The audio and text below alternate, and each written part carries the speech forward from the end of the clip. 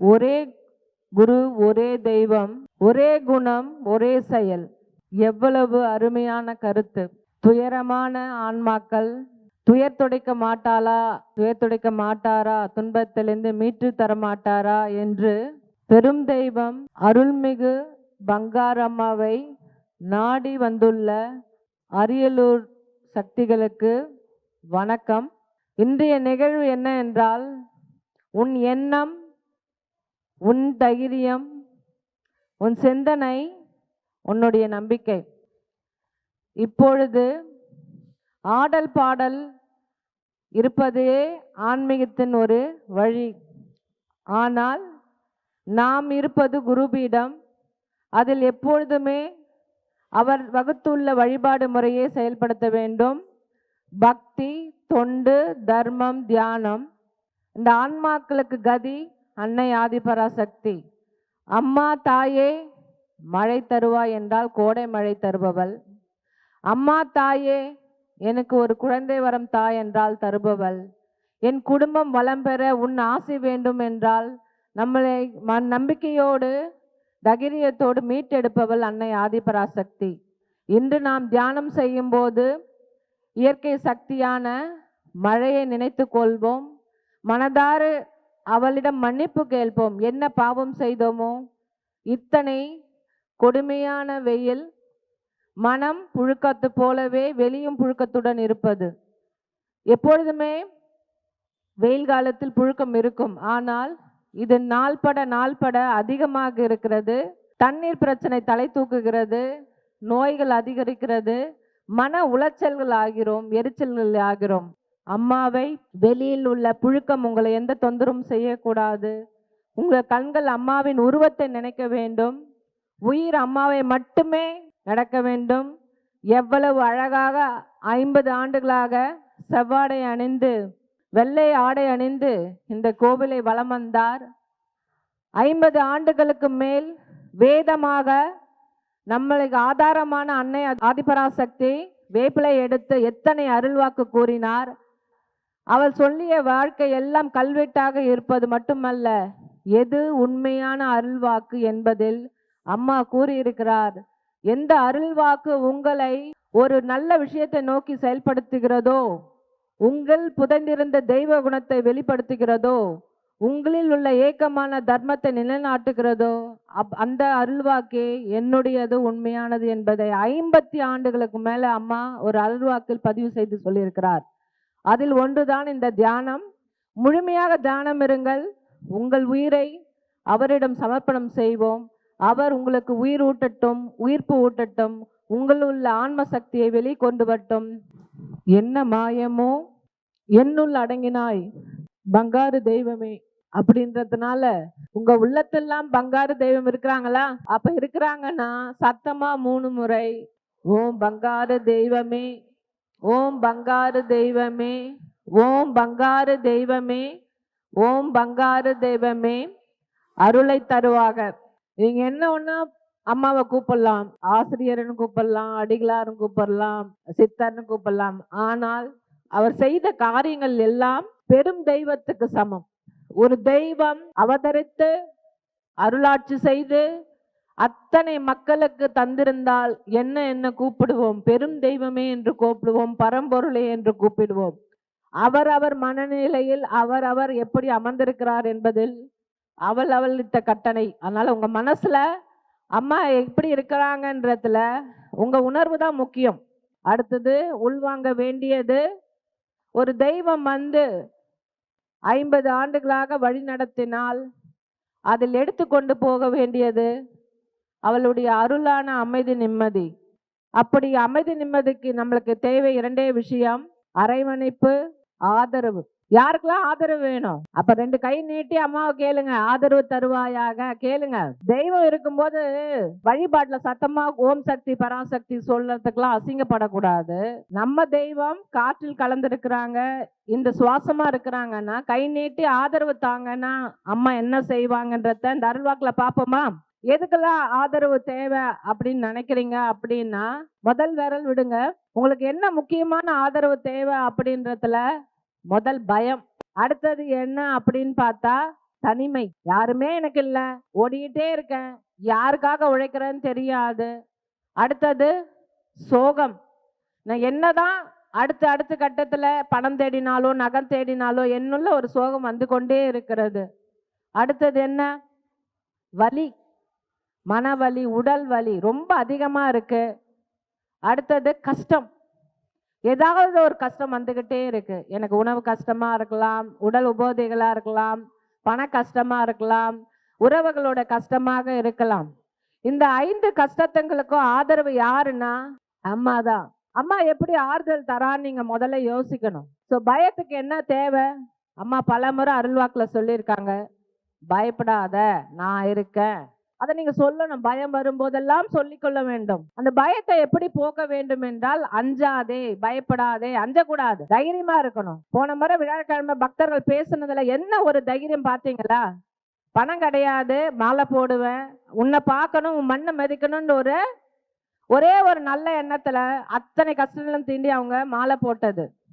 அடுத்தது என்ன மாற்றம் வேணும்னு நினைச்சாங்க, என் பிள்ளைகள் எல்லாம் மாறணும், குடிப்பழக்கத்துல இருந்து மீளணும், கடல்ல இருந்து மீளணும், படிப்பு நல்லா படிக்கணும்ன்றதுக்கும் பங்காரம்மா நிறைய விஷயங்கள் செஞ்சிருக்காங்க. இப்ப பயத்தை போக்க என்ன தேவை? அஞ்சாமை. எப்படி அஞ்சாமையா இருக்கணும்? அம்மா இருக்கிறாங்க, அம்மா இருக்கிறா, என் உயிர் உடல்ல யார் காப்பாற்றலாம் கூட அம்மா என்னை காப்பாற்றுவாள் என்ற அஞ்சாமை இருக்கணும். ஆதிபராசக்தி அடைய வேண்டும், மழை உடனே கொண்டு வரணும் அப்படின்னா என்ன செய்யணும்? அன்னதானம் செய்யணும், வேள்வி நடத்தினா மட்டும்தான் நினைச்சு பார்க்கும். சித்ரா பௌர்ணமி எத்தனாம் தேதி? மே 12. அம்மா சொல்றாங்க, அன்பின் மொழியதான் அரவணைப்புன்றாங்க. எப்படி ஒருத்தரை அரவணைக்கிறோம் என்றால், பக்தருக்கு ஒருத்தர் தொண்டு செய்யும் போது, சக்தி நீ சரியா செய்யல அப்படின்னு பழிக்க கூடாது. நீங்க அம்மாவின் அரவணைப்பில் இருந்தா பழிக்க கூடாது, திட்டக்கூடாது, யாரையும் சொல்லால் கொல்லக்கூடாது. அதுதான் அம்மா சொல்றாங்க. இரண்டாவது அம்மா சொல்றாங்க, நோய்வாய்ப்பட்டு இருந்தா அவங்களுக்கு தேவை எல்லாம் சரியாயிடுன்னு சொல்லிட்டு நம்ம போயிடுறது கிடையாது. அவங்களுக்கு முடிஞ்சா மருந்து வாங்கி கொடுங்க, அவங்களுக்கு முடிஞ்சா அம்மாவோட தீர்த்தம் பிரசாதத்தை கொடுத்து அவங்க நலம் பெறணும் வளம் பெறணும் வேண்டிக்குங்க.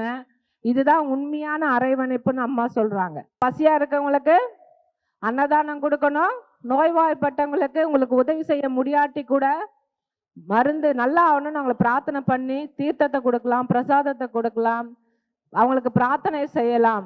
ஏன் சில பேர் சில டைம் மருத்துவ தானம் கூட செய்யலாம். அடுத்தது அரவணைப்பு என்றது ஒரு குடும்பத்துக்கு கல்வியில கூட்டா அவங்களுக்கு கல்வி மூலம் வேலை வாய்ப்பு கிடைக்கும். அதனால தான் அம்மா சொல்றாங்க, கல்வி தானம் செய். அம்மா தானம் 4 சொல்லி கொடுத்துருக்காங்க. அன்னதானம், மருத்துவ தானம், கண்தானம், கல்வி தானம். எனக்கு தெரிஞ்ச ஒரு பக்தர் ஒரு 4 நாளைக்கு முன்ன இறந்துட்டாங்க. அவர் அம்மாவோட தீவிர பக்தர்.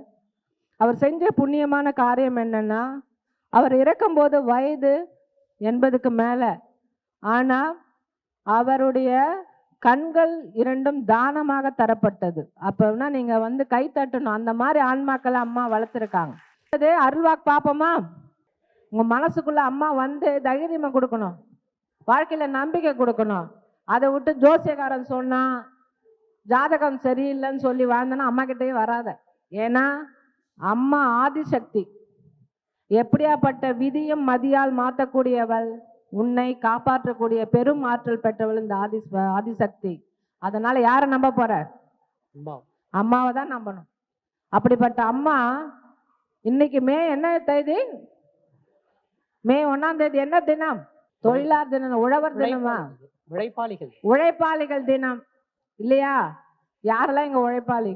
அப்படியே நீங்க பணக்காரா இல்ல? அப்படிலாம் கிடையாது. நான் உழைக்கிறது என் உடம்புக்கு, நான் உழைக்கிறது என் குடும்பத்துக்கு, நான் உழைக்கிறது என் அறிவுக்கு, நான் உழைக்கிறது என் ஆணத்துக்கு. பணத்துக்காக உழைக்கிறது கிடையாது. ஏனால் பணம் படைத்தது மனுஷன். நீங்க எவ்வளவு உழைச்சாலும் பத்தாது. ஆனா விவசாயத்துக்கு உழைச்சு பாருங்க, என்ன கிடைக்கும்? யாரோ சொன்னாங்க விவசாயம், கை தட்டுங்க. விவசாயத்துக்கு உழைச்சா என்ன கிடைக்கும்? நிறைய பேருக்கு உணவு கிடைக்கும். நீங்க யாருக்கு உழைக்கிறன்றதுல தெளிவா இருங்க. அருள்வாக்கு கேட்கலாமா? அன்னையின் அருள்வாக்கு. வெட்டுக்கிளியும் பட்டுப்பூச்சியும் இலைகளை அழிக்கும் வெட்டுக்கிளி போல வாழக்கூடாது, பட்டுப்பூச்சி போல் பயன்பட வாழ வேண்டும். நன்றிம்மா. உங்க பேரு? தரணி சக்தி. தரணி சக்தி. அவங்க வாங்கிய பட்டம் ஆதிபராசக்தி ஏத்துல சேர்ந்ததுனால அவங்க பேர் என்ன? தரணி சக்தி. அவங்க பேர் மனித சக்தி. கை தட்டுங்க. அதுதான் உண்மை. எத்தனை காலத்துக்கு தான் ஜாதி பேரை பின்னாடி போட்டுப்போம்? எத்தனை காலத்துக்கு தான் கணவரோட பேரு பின்னாடி போட்டுப்போம்? நம்மளே அம்மா உருவாக்கி நம்மளுக்கே ஒரு பட்டம் கொடுத்துருக்காங்க. அது பேர் என்ன? சக்தி. எல்லாரும் உண்மையா நல்லவங்கன்ற யார்கிட்ட சர்டிபிகேட் வாங்கிட்டு வரணும்? மாமியார் உங்ககிட்ட இருந்து வாங்கணும். ஏன்னா நீங்கெல்லாம் மேல்மருவத்தூர் குழந்தையோட சக்தி. பொறுமையும் சகிப்புத்தன்மையும் குடும்பம் மட்டுமே. நிறைய பேர் என்கிட்ட கேட்பாங்க, அது என்ன சக்தி? நீங்க ஒவ்வொரு பேச்சிலும் ஒரே குணம் ஒரே செயல்னு சொல்றாங்க. ஒண்ணுமே இல்லை. ஒரே குணம் என்பது என் குடும்பம் ஒற்றுமையாக இருக்க வேண்டும். ஒரே குணம் என்பது அம்மாவை என்னுடைய பரம்பரை வழிபட வேண்டும். ஒரே குணம் என்பது அம்மா மட்டுமே கதி என்று இருக்கும் பட்சத்துல நீங்க செயல்படுத்துவீங்க. அதனால்தான் அம்மா சொல்றாங்க, நோக்கு இருக்கணும் மகளே. நீ உன்னை மட்டுமே கேட்காத, ஆன்மீகம் வளரணும். நிறைய பேர் நல்லது செய்ய செய்யதான் உனக்கு அமைதி நிம்மதி கிடைக்கும்னு சொல்றாங்க. அடுத்தது பட்டுப்பூச்சி போல் யாரு? பட்டுப்பூச்சா? அப்புறம் ஏன் பட்டு புடவை கட்டிக்கிறீங்க? பட்டுப்பூச்சி கதை தெரியுமா? யாருக்கெல்லாம் பட்டுப்பூச்சி கதை தெரியும்? ஒரு சைனால உங்களை மாதிரியே 4 மணிக்கு டீ குடிச்சிட்டு இருக்கும்போது அந்த டீயில ஒரு பட்டுப்பூச்சி விழுந்தது. அப்பதான் கண்டுபிடிச்சாங்க பூச்சி விழல, அது மேல இருக்கிற கூடு, பட்டுப்பூச்சியோட கூடு விழுந்து அதுல இருந்து உருவான கதை தான் இந்த சில்க் வேர்மோட கதை. இப்ப உங்களை ஒரே ஒரு கேள்வி கேட்கிறேன். இந்த பட்டுப்பூச்சிக்கு என்னுடைய லைஃப் சைக்கிள் எத்தனை இருக்கு? ஃபர்ஸ்ட் எப்படி இருக்கும் பட்டுப்பூச்சி?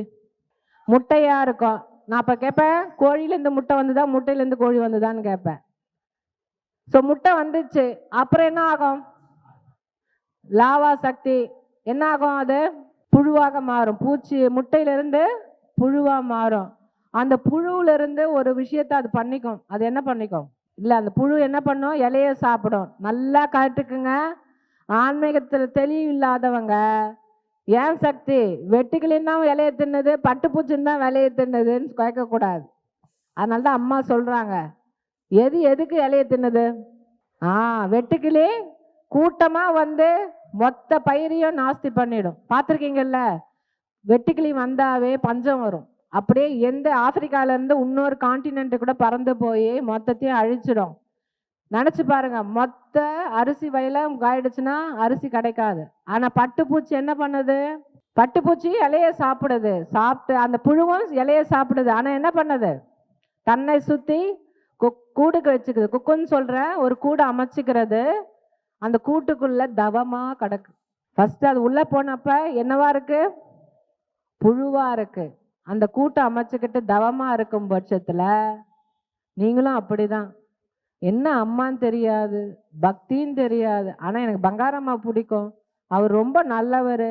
அவருக்கு என்ன நிறைய பிரச்சனைகள் சேர்த்து சரி பண்ணியிருக்காரு. 30 வருஷம் 25 வருஷம் வரைங்க. அப்ப அந்த உள்ள இருக்கிற புழு என்னவாகணும்? அழகான தன்னுடைய சிறகுகள் வச்சு, அம்மா இப்ப வராங்க இல்லையா பட்டர்ஃப்ளையா, அதே மாதிரி மூத்தா வரணும், வரணும். அந்த அளவு நான் விடுதலை பெறுகிறேன். என் ஆன்மா அழகான வாழ்க்கை நடத்தி விட்டது. எல்லோருமே எனக்கு சந்தோஷம். எதுவும் பகை பொறாமை எதுவும் கிடையாது. நான் அம்மாவை சரணடைந்து விட்டேன். எனக்கு எல்லாமே சகிப்புத்தன்மை உண்டு. யாரையும் பழி சொல்ல மாட்டேன், யாரும் கோபமாக சொல்ல மாட்டேன். ஏனால் நான் தவக்கோலம் இருந்தேன். அம்மா பங்காரம்மாவுடைய வழிகாட்டுதல்ல 20 வருஷம் 30 வருஷம் தவக்கோலத்துல இருந்தேன். இப்ப என் ஆன்மா தெளிவு பெற்று விட்டது. அம்மாவின் அரவணைப்பில் இருக்குதுன்னு நீங்க நம்பணும். ஸோ அந்த கூடு தான் உங்களுக்கு அழகான நூல். ஒரே நூலில் தான் அந்த கூடு அமைக்கும். அந்த நூலு தான் உங்களுக்கு பட்டுப்புடவையாக இருக்கிறது. அதனாலே சில பேர் இயற்கை விசுவாசிகள் என்ன பண்ணுவாங்கன்னா பட்டுப்புடவை கட்ட மாட்டாங்க. ஆனால் அம்மாவை போய் அப்படி முறைக்காதீங்க. அப்படி சொல்லிவிட்டு அம்மாவுக்கு பட்டுப்புடவையாக கட்டுறோன்னு நினைக்காதீங்க. அதுக்கு பொறுமை கிடையாது மனுஷனுக்கு. அதனால என்ன பண்ணுறான்? பட்டுப்புழு வந்த உடனே சுடுதண்ணில் போட்டு பூச்சியோட பண்ணுறாங்க. அது கொஞ்ச காலம் விட்டோம்னா அதுவே பூச்சா வெளியே அப்பயே நீங்க அந்த கூடை பயன்படுத்தலாம் சில்க்குக்கு. ஆனா அந்த பொறுமை கிடையாது மனுஷனுக்கு. போட்டோமா, புடவை வந்துதா, தறியில வந்துதா, என்னது 1 மாசமா தரியாகுமா? இல்லையே, எனக்கு உடனே வேணும். எதிர் வீட்டு அம்மா இப்படிதான் பட்டு புடவை கட்டுச்சு, இந்த பார்டர்ல தான் இருந்துச்சு, மாங்காய் இருந்துச்சு, உடனே எனக்கு வேணும்னு சொல்றவங்கலாம் கொஞ்சம் அந்த பட்டுப்பூச்சியின் வாழ்க்கையை பாருங்க. ஸோ இன்னைக்கு கருத்து என்னன்னா, அம்மா சொல்றாங்க, வெட்டுக்கிளி ஆவதும் பட்டுப்பூச்சியாக வாழ்வதும் நீ எடுக்கும் தொண்டும் தர்மமும் பக்தியும் ஆனத விஷயம்னு அம்மாக்கு சொல்றாங்க. இப்பொழுது நீங்கள் அழகான பட்டுப்பூச்சிகளாக, வண்ணத்து பூச்சிகளாக அம்மாவின் அரவணைப்பில் இருக்கிறீர்கள். அழகழகான வண்ணத்தில் பறந்து திளையுங்கள். என்ன தோன்றுகிறதோ அதெல்லாம் செய்யுங்கள். உழையுங்கள், உழைப்பவரை காப்போம், உயர்வோம். அம்மா நம்மளுக்கு உழைச்சி வேர்வை சிந்தி தான் நம்மளை இந்த ஆன்மீகத்தை வளர்த்தாங்க. ஏன்னா அம்மா வந்து ஆரம்ப காலத்துல வேப்பில உருவி போட்டு தங்க காசுகளும் தாலியும் தந்து நிறைய விஷயங்கள் பண்ணாங்க. ஆனா அதை உழைப்பில் நிக்காதுன்னு தெரிஞ்சுக்கிட்டு என்ன பண்ணாங்க, எல்லாரும் கஷ்டப்படு, பக்தியாரு, தொண்டு செய் அப்படின்னு உங்களை இவ்வளவு தூரம் அழகா 50 ஆண்டுகளை வளர்த்துருக்காங்க. அதனால உழைப்பே உயர்வு, உழைப்பே உண்மை. அதை நம்புங்கள், உழைத்து கொள்ளுங்கள், ஆரோக்கியமா இருங்கள்.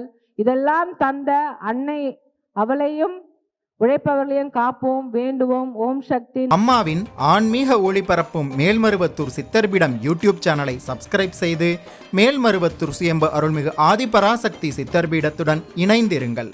பெல் ஐகானை கிளிக் செய்து புதிய காணொளிகள் பற்றிய அறிவிப்புகளை உடனுக்குடன்